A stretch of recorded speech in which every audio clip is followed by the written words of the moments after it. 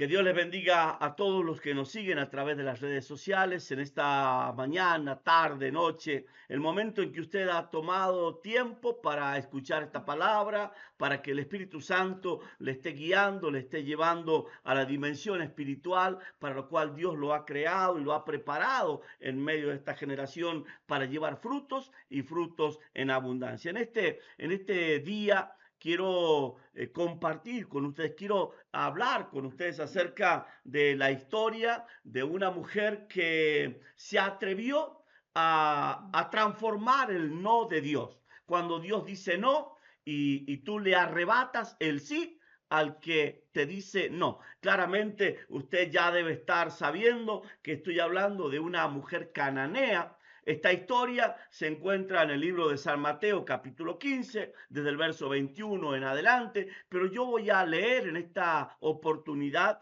el libro de San Marcos, en el capítulo 7, desde el verso 24 en adelante. Es la misma historia. Se relata en los dos evangelios y aquí lleva por título, sabemos que a los títulos los han colocado los hombres, y aquí lleva la fe de la mujer sirofenicia. Una de las controversias, de las preguntas que se hacen las personas, y muchas veces son hasta motivo de discusión, de ahí de entredichos entre ellos: ¿qué es la fe? O cómo se arrebata la fe, o cómo se reconoce la fe. Y la Biblia nos dice que la fe es la certeza de lo que se espera y la convicción de lo que no se ve. Pero ¿cómo transformo esa oración, esa frase en el resultado? En aquello que yo busco como resultado para mi vida. ¿Cómo hago que algo que no es visible, no es tangible, que se haga carne en medio de mi vida, en medio de mi cuerpo, de mi carne, de mi ser? Yo sé que la palabra de Dios nos enseña que para ver primero hay que creer.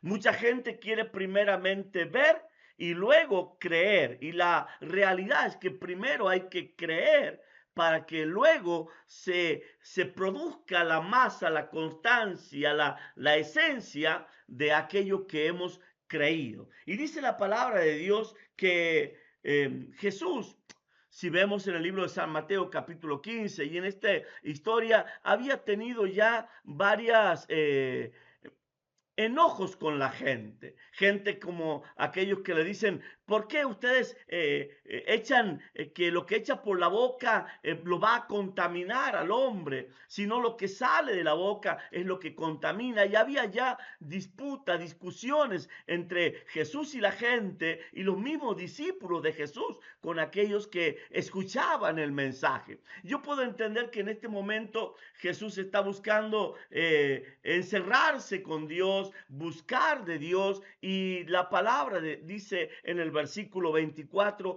levantándose de allí. Cuando Jesús entiende que no está en el lugar correcto, que la gente no está recibiendo lo que Él les da, porque en vano uno puede enseñar, en vano puede uno dar si el que está enfrente no lo quiere recibir. Y llega un momento en que Jesús levanta el bolso y se retira. Y dice: levantándose de allí, se fue a la región. A la región, no dice a la ciudad, no dice al pueblo, no dice a la localidad. Está tan interesado en desaparecer. El libro de Isaías dice que nosotros tenemos que buscarle a Dios entre tanto que Él está cercano. Y luego el libro de Isaías vuelve a repetir, dice que debemos buscarlo en tiempo aceptable. O sea que hay un tiempo en que Dios se acerca a nosotros, y hay un tiempo en que está acepto para que nosotros entremos en el reino de Dios. Jesús dijo: cuando vayan por las ciudades, cuando vayan por las aldeas, digan: el reino de los cielos se ha acercado.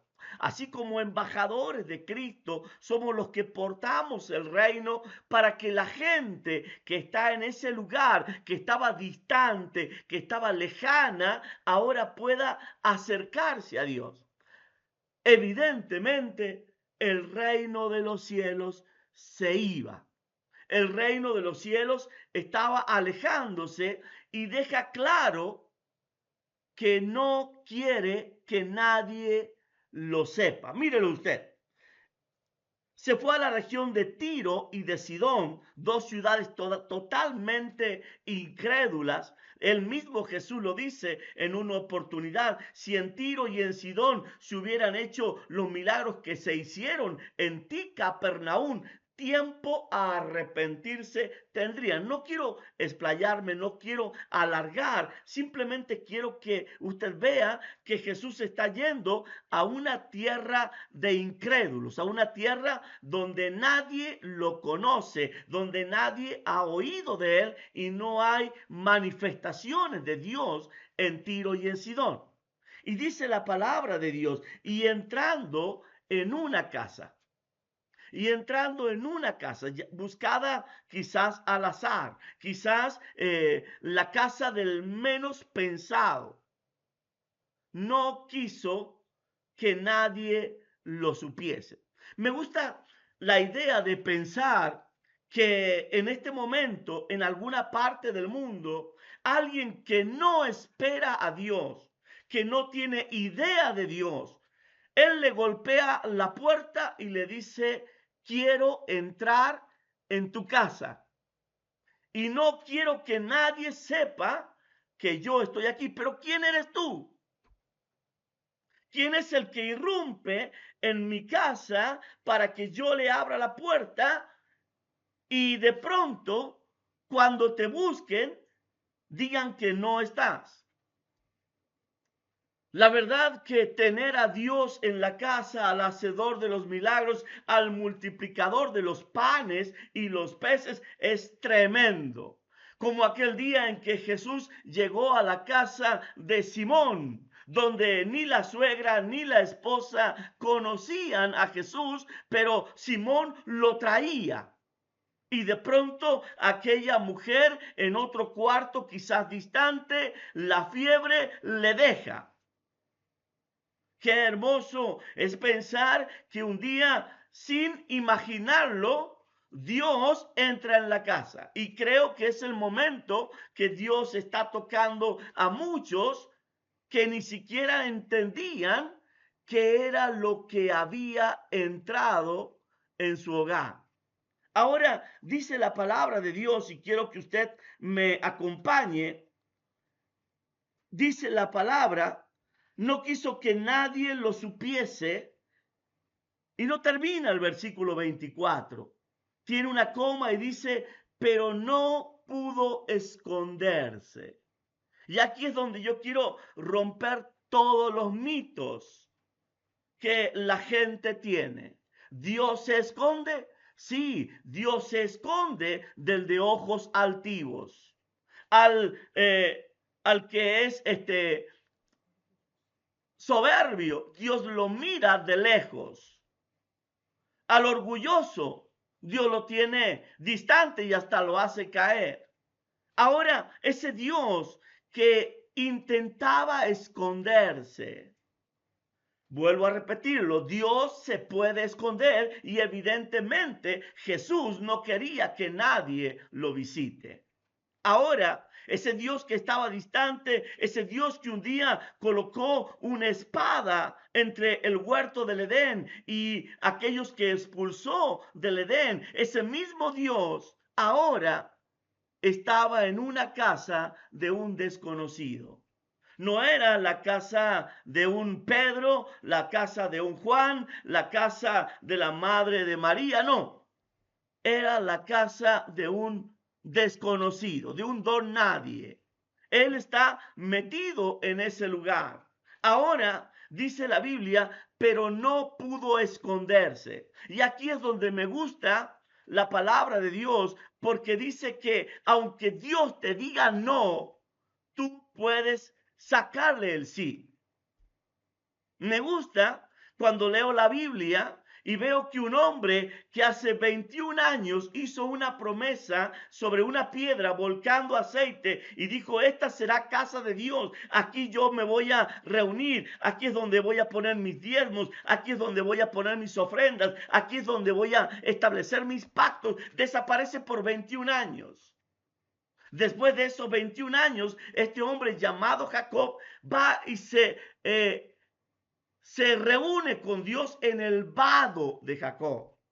Me gusta cuando dice el vado de Jacob, porque habla de lo más bajo, cuando llega al punto de ya no puedo más. Y dice que él peleó toda la noche.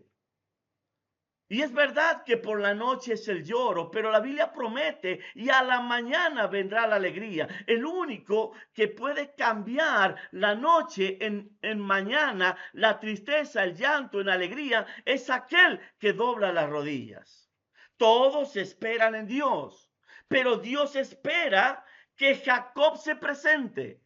Dios espera que ese que hizo la promesa hace 21 años se presente. Pasaron 21 años y Jacob no se presentaba. Pasaron 21 años hasta que el espíritu de Jacob revivió. Ahora, ese Jacob es transformado. Y aquí está una mujer sirofenicia, pero no pudo esconderse porque una mujer cuya hija tenía un espíritu inmundo, luego que oyó de él, vino y se postró a sus pies. La mujer era griega, sirofenicia de nación, cananea.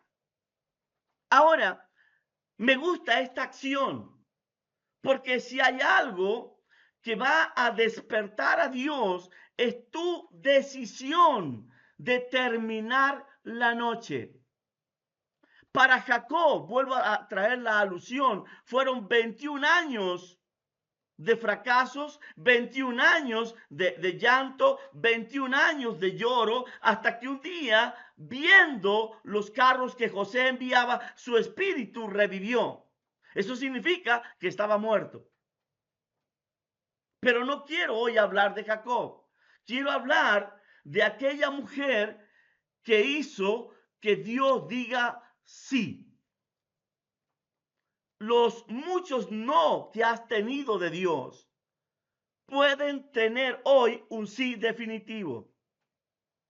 Los no de Dios se transforman doblando rodillas. Los no de Dios se transforma cuando la palabra de Dios dice, toda rodilla se doblará y toda lengua confesará que Jesucristo es el Señor. Me gusta esta palabra.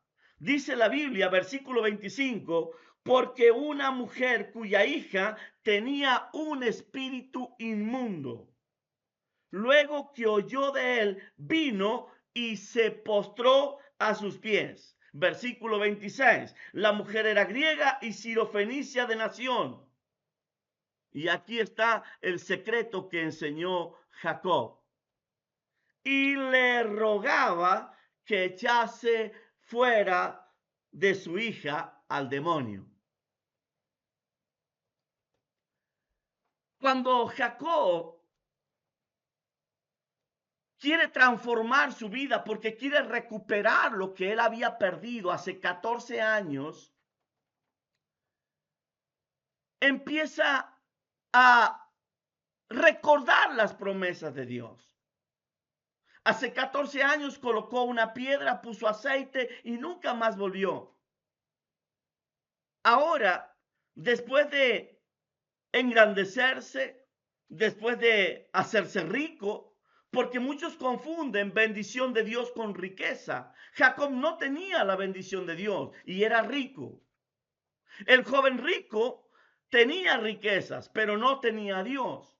De hecho, cuando Jesús le dice, una cosa te falta, ve y vende todo lo que tienes y dalo a los pobres, y entonces entrarás en el reino de los cielos. El joven se dio vuelta y se fue. No entró en el reino de los cielos.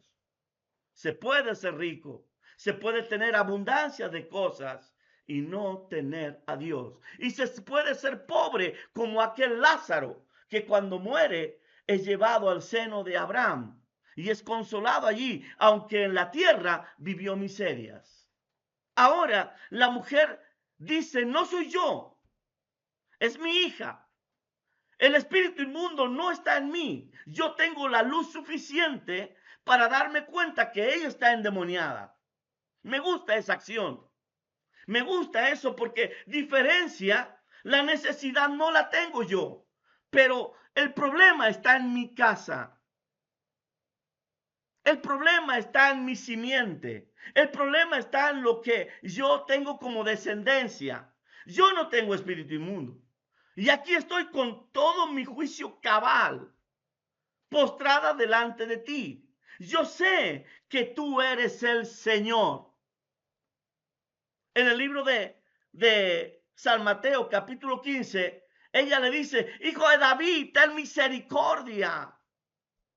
Y la palabra misericordia, sé que no lo merezco, sé que no me corresponde, pero también sé que un corazón contrito y humillado no lo menospreciarás tú, oh Jehová.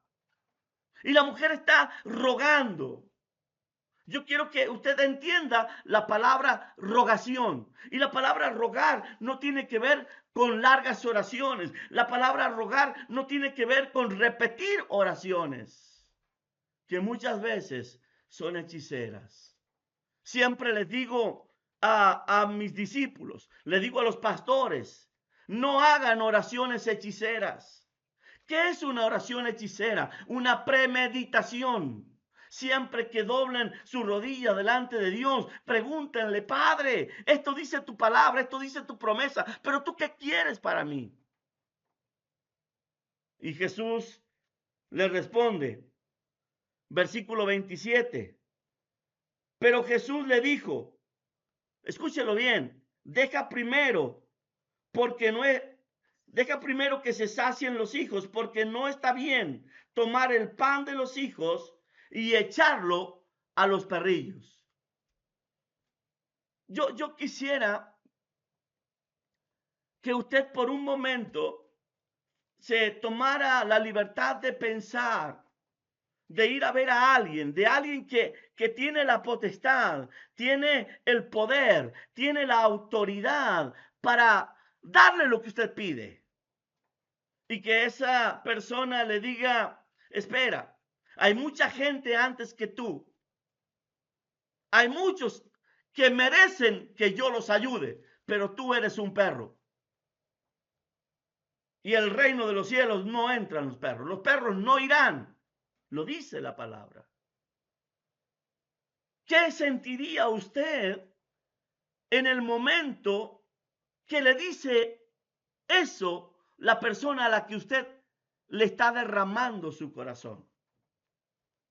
La mujer está diciendo, Señor, por favor.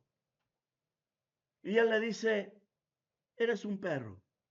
Y primero le doy de comer a los hijos. Después, si hay sobras, es para los perros. Seguramente se hubiera ofendido y muchos se irían atrás. Claro, lo mismo le pasó a aquel general valeroso en extremo, grande en poder, Naamán. Ve y lávate 7 veces. Pero Señor, las aguas de los ríos de Damasco son más lindas que estas aguas, son más claras, más limpias. ¿Por qué tengo que bañarme? ¿Acaso me has visto que estoy sucio? Y no quiso hacerlo. Entonces Dios usó a un siervo. Si te pidiera otra cosa, ¿no lo harías? Es tu sanidad. Y allí Naamán se zambulle una vez y sale lleno de lepra. Y se zambulle 2 veces y sale lleno de lepra. Seguramente por la mente de él pasó, me están engañando, me están tomando el pelo, me vieron la cara. ¿Cuántas veces no te has sentido a gusto con Dios? ¿Cuántas veces has protestado por lo que Dios te pide? ¿Cuántas veces has mirado con desgano, con mala cara? ¿Qué está diciendo? Pero la respuesta de la mujer fue aún más sabia, como si conociera la escritura, como si lo conociera a Dios. Ella dice, respondiendo ella, le dijo, sí, Señor, sí, Señor. Me has visto bien la cara, soy un perro. Me has visto bien, no merezco. Me has visto bien. No soy de los que se sientan a la mesa. Pero aún los perrillos debajo de la mesa, escúchenlo bien, pero aún los perrillos debajo de la mesa comen de las migajas de los hijos. Yo sé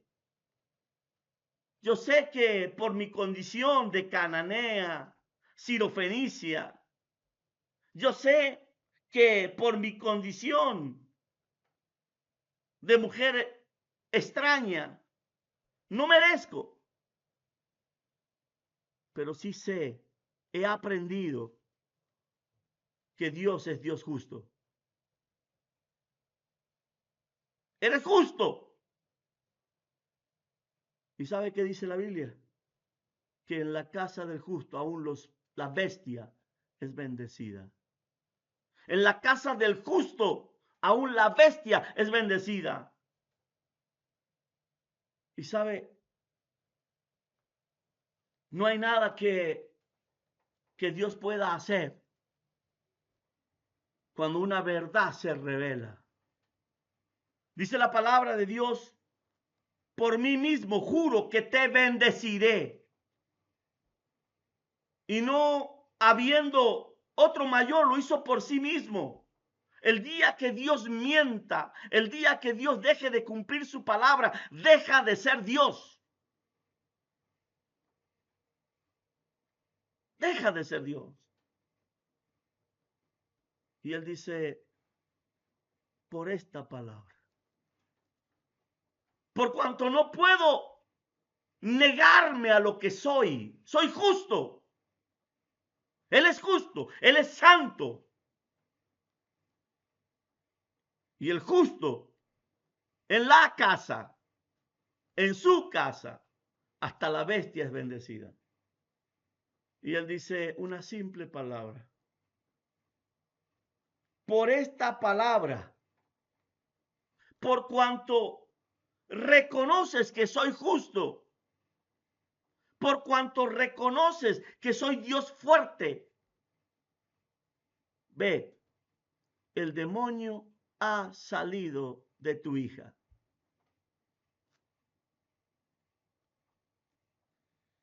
Y cuando ella llegó a la casa, halló que el demonio había salido y a la hija sentada en la cama. Cada vez que hago alusión a esta palabra, tengo que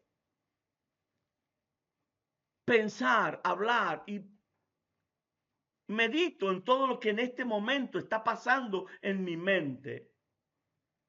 La primera declaración que hace Jesús es: no está bien tomar el pan de los hijos y darlo a los perrillos.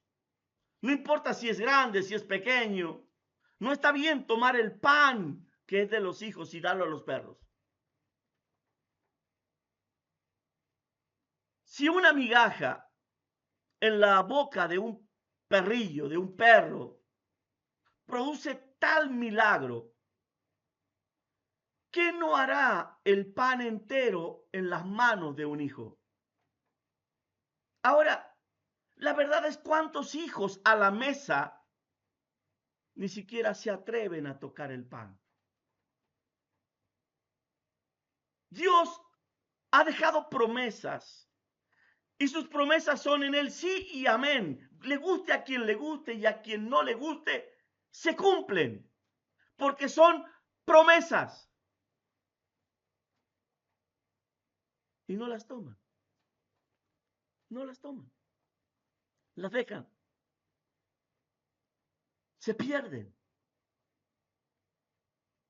Y la otra es si un perro, un extraño, toma algo tan pequeño como una migaja.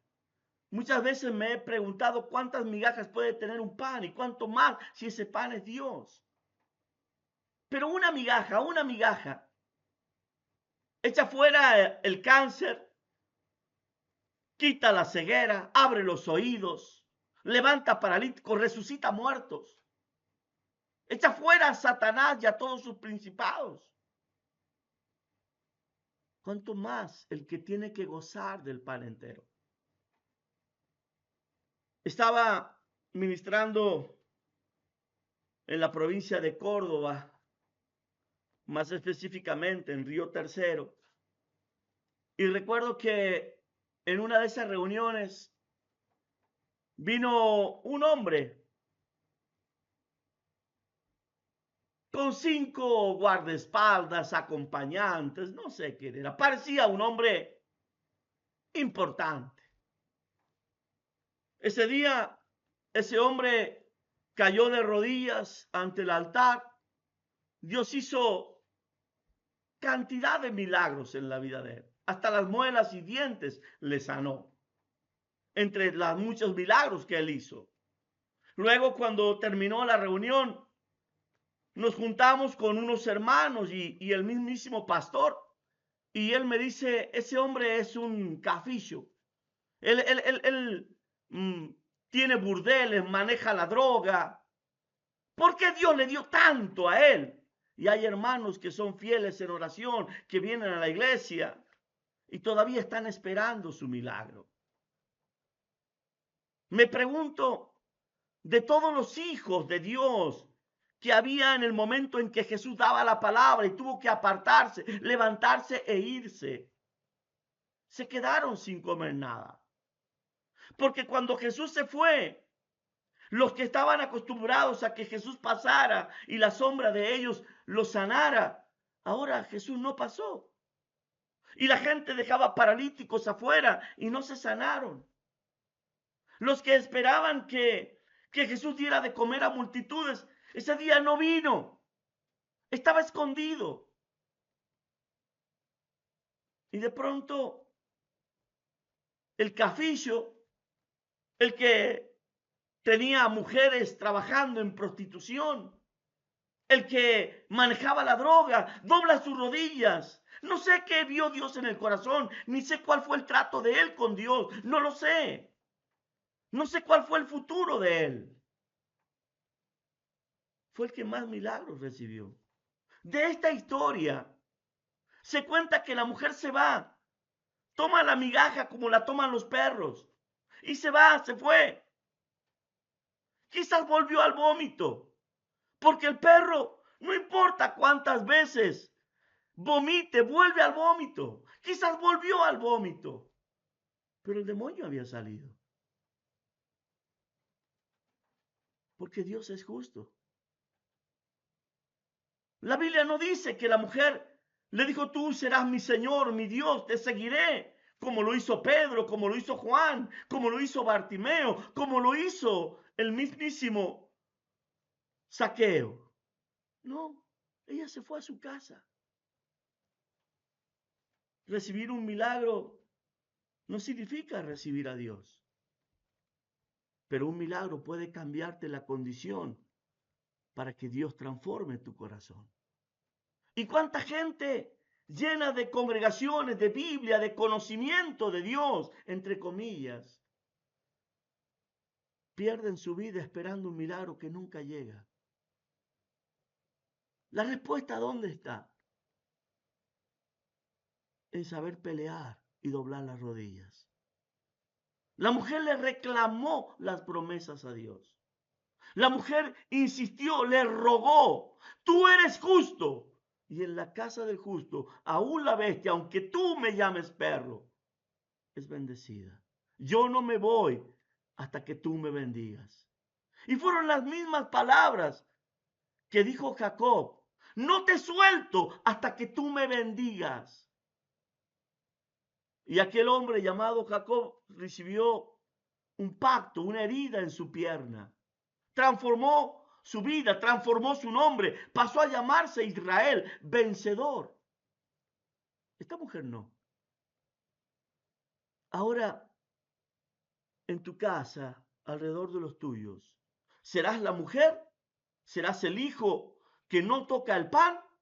¿O estás hoy dispuesto a decirle, Dios, aunque no lo merezca, yo sé de tu grandeza, sé de que eres justo y sé que tú cumples tus promesas? Allí en el lugar donde quiera que estés, sea el milagro que estás necesitando. Recíbelo en el nombre de Jesucristo, para gloria del Padre que está en los cielos. Que Dios te bendiga.